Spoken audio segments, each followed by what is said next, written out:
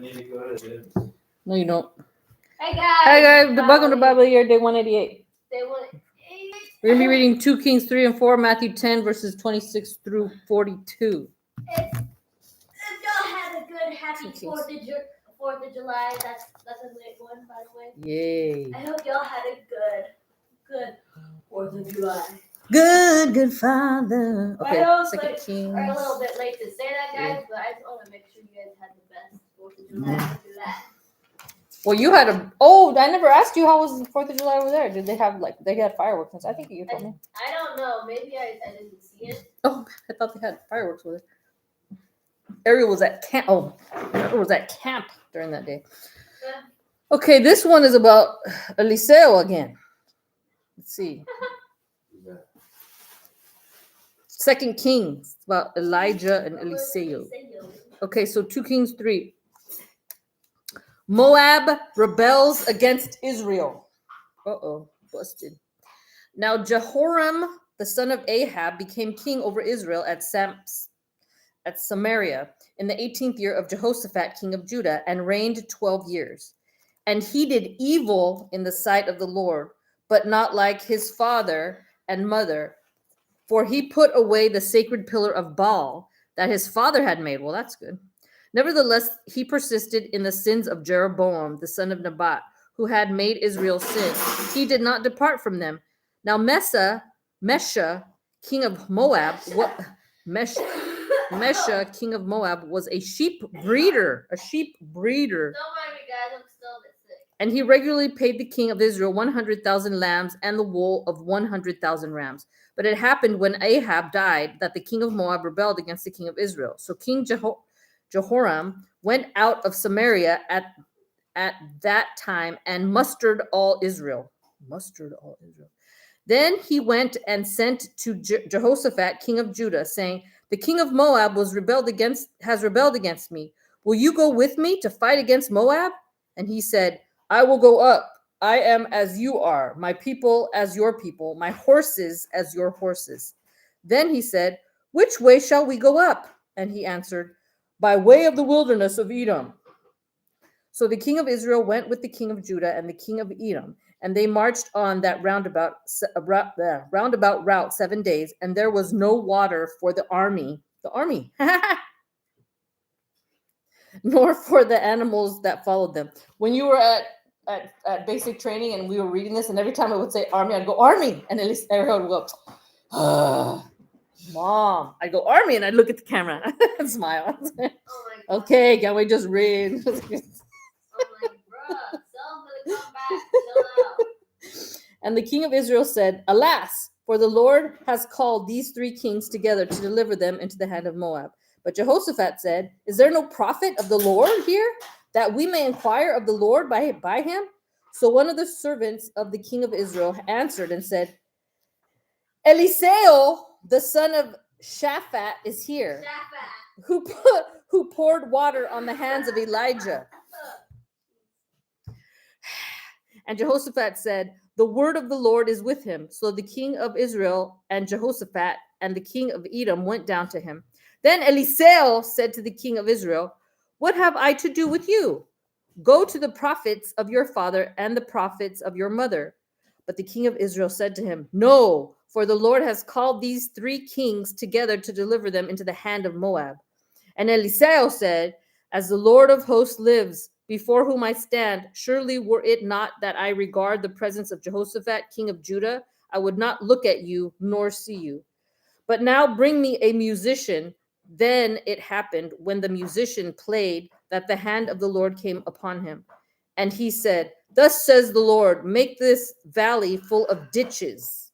For thus says the Lord, you shall not see wind, nor shall you see rain, yet that valley shall be filled with water, so that you, your cattle, and your animals may drink. And this is a simple matter in the sight of the Lord. He will also deliver the Moabites into your hand. Also, you shall attack every fortified city and every choice city, and shall cut down every good tree, and stop up every spring of water, and ruin every good piece of land with stones." Now it happened in the morning, when the grain offering was offered, that suddenly water came by way of Edom.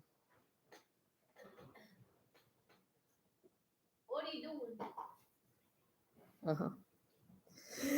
And the land was filled with water. That's what Mom looks at me when I'm making noise. And when all the Moabites heard that the kings had come up to fight against them, all who were able to bear arms and older were gathered, and they stood at the border. Then they rose up early in the morning, and the sun was shining on the water, and the Moabites saw the water on the other side as red as blood. And they said, "This is blood. The kings have surely struck swords and have killed one another. Now therefore Moab to the spoil."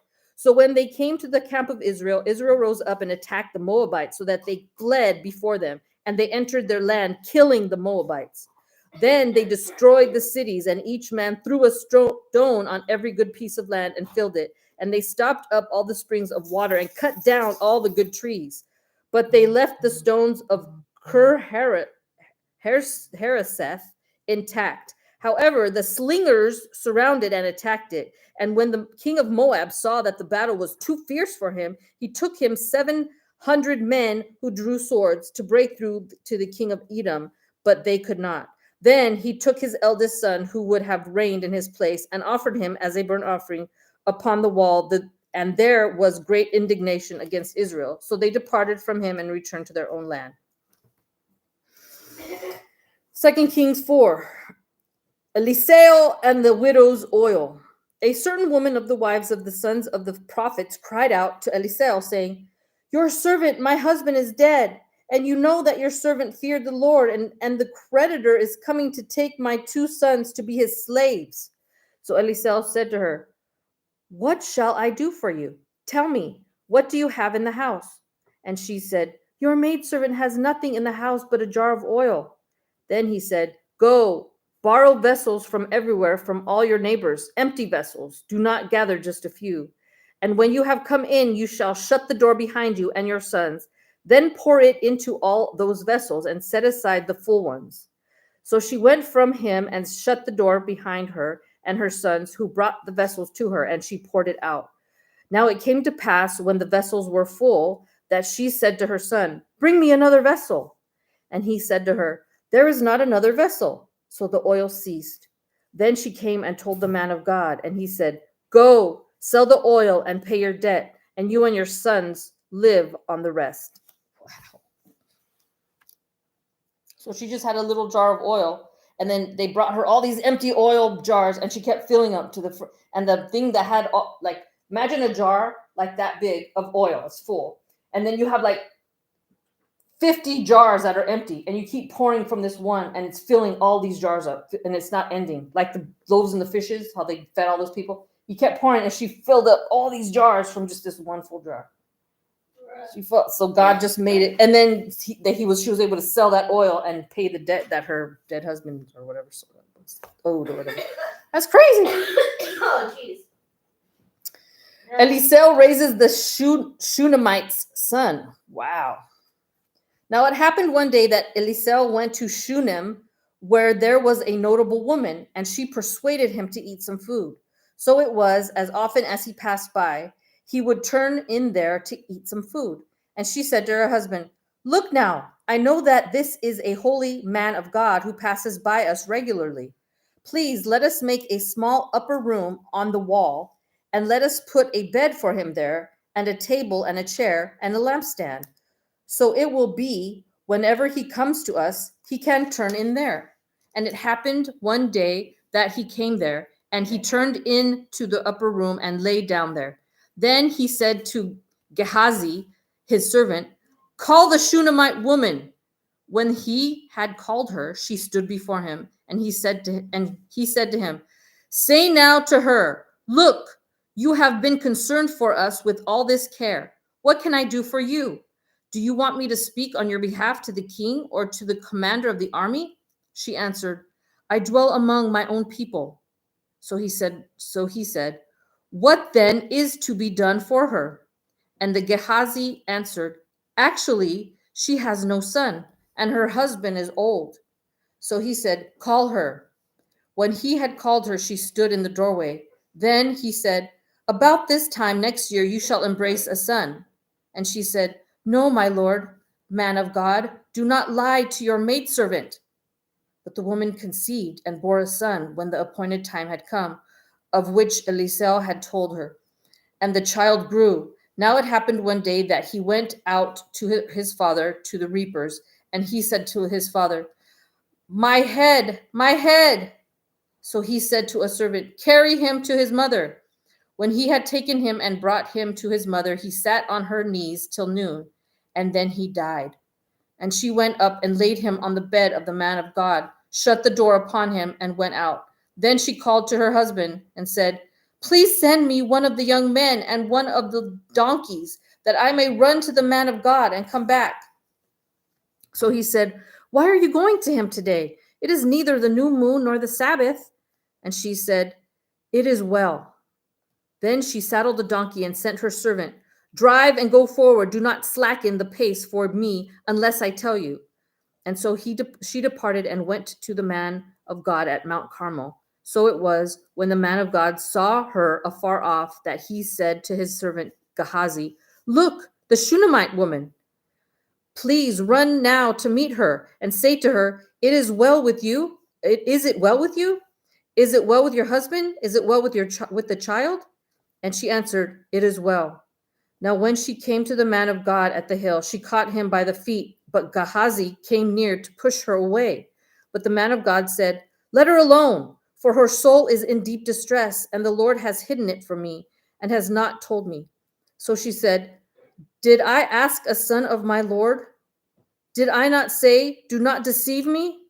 Then he said to Gehazi, "Get yourself ready and take my staff in your hand and be on your way. If you meet anyone, do not greet him. And if anyone greets you, do not answer him, but lay my staff on the face of the child." And the mother of the child said, "As the Lord lives and as your soul lives, I will not leave you." So he arose and followed her. Now Gehazi went on ahead of them and laid the staff on the face of the child. But there was neither voice nor hearing. Therefore he went back to meet him and told him, saying, "The child has not awakened." When Eliseo came into the house, there was the child lying dead on his bed. He went in, therefore, shut the door behind the two of them, and prayed to the Lord. And he went up and lay on the child, and put his mouth on his mouth, his eyes on his eyes, and his hands on his hands. And he stretched himself out on the child, and the flesh of the child became warm. He returned and walked back and forth in the house, and again went up and stretched himself out on him. Then the child sneezed several times, and the child opened his eyes. And he called Gehazi and said, "Call this Shunammite woman." So he called her, and when she came in to him, he said, "Pick up my son." So she went in, fell at his feet, and bowed to the ground. Then she picked up her son and went out. Eliseo purifies the pot of stew. And Eliseo returned to Gilgal, and there was a famine in the land.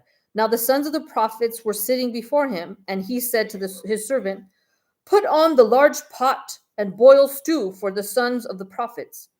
So one went out into the field to gather herbs, and found a wild vine, and gathered from it a lapful of wild gourds, and came and sliced them into the pot of stew, though they did not know what they were. Then they served it to the men to eat. Now it happened, as they were eating the stew, that they cried out and said, "Man of God, there is death in the pot." And they could not eat it. So he said, "Then bring some flour." And he put it into the pot and said, "Serve it to the people, and they may eat." And there was nothing harmful in the pot. The heck? So flour cured the bad thing? Okay, whatever. Eliseo feeds 100 men. Then a man came from Baal Shalisha, and brought the man of God bread of the first fruits, 20 loaves of barley bread and newly ripened grain in his knapsack. And he said, "Give it to the people that they may eat." But his servant said, "What? Shall I set this before 100 men? He said again, "Give it to the people that they may eat, for thus says the Lord, they shall eat and have some left over." So he set it before them, and they ate and had some left over, according to the word of the Lord. So it was like the loaves and fishes. That's crazy. Interesting. Matthew 10, verses 26 to 42.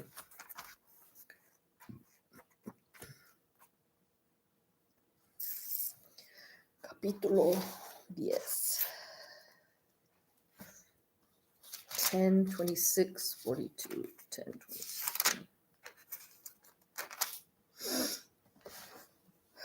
Matthew chapter 10, verses 26 to 42.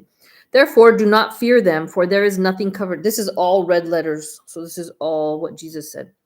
Therefore, do not fear them, for there is nothing covered that will not be revealed, and hidden that will not be known. Jesus teaches the fear of God. Whatever I tell you in the dark, speak in the light, and what you hear in the ear, preach on the housetops. And do not fear those who kill the body, but cannot kill the soul, but rather fear him who is able to destroy both soul and body in hell. Are not two sparrows? Is that Matthew 10, 12, 10, 28 or something? Yes. I know that verse. That's awesome. Are not two sparrows sold for a copper coin, and not one of them falls to the ground apart from your Father's will? But the very hairs of your head are numbered. Do not fear, therefore you are of more value than many sparrows. Confess Christ before men. Therefore, whoever confesses me before men, him I will also confess before my Father who is in heaven. But whoever denies me before men, him I will also deny before my Father who is in heaven. Christ brings division. Do not think that I came to bring peace on earth. I did not come to bring peace, but a sword. For I have come to set a man against his father, a daughter against her mother, and a daughter-in-law against her mother-in-law. And a man's enemies will be those of his own household. He who loves father or mother more than me is not worthy of me, and he who loves son or daughter more than me is not worthy of me. And he who does not take his cross and follow after me is not worthy of me. He who finds his life will lose it, and he who loses his life for my sake will find it. A cup of cold water. He who receives you receives me, and he who receives me receives him who sent me.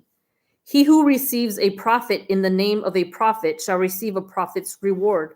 And he who receives a righteous man in the name of a righteous man shall receive a righteous man's reward. And whoever gives one of these little ones only a cup of cold water in the name of a disciple, assuredly, I say to you, he shall by no means lose his reward. God bless. Right, y'all. Okay.